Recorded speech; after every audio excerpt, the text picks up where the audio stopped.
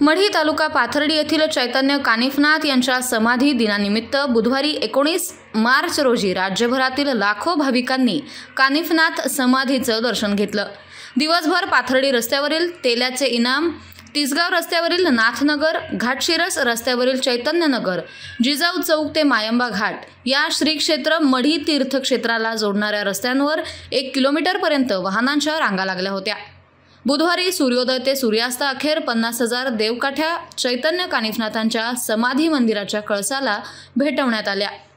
पहाटे महापूजा, महाआरती झाली। त्यानंतर विविध आस्थानांवरून वाजत गाजत देवकाठ्यांच्या मिरवणुका ग्राम प्रदक्षिणा घालून कळसाला भेटवण्यास प्रारंभ झाला।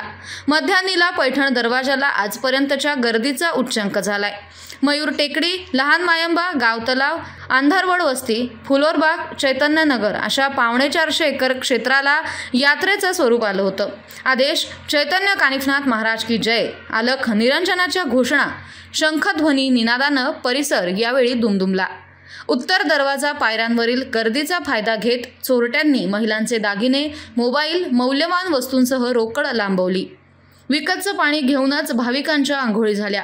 शंख, डमरू, चिमटा, त्रिशूळ, नाडा या नाथपंथीय वस्तू, औषधी वनस्पती, जडीबुटी, विविध प्राण्यांचे केस, शेती उपयोगी अवजारे वस्तूंची मोठ्या प्रमाणात विक्री झाली। आवक घटून दरही घटल्यानं गाढवांच्या बाजारात जुजबी उलाढाल झाली। हॉटेल्स, खानावळी, विविध खाद्यपदार्थांची विक्रमी विक्री केंद्र होते।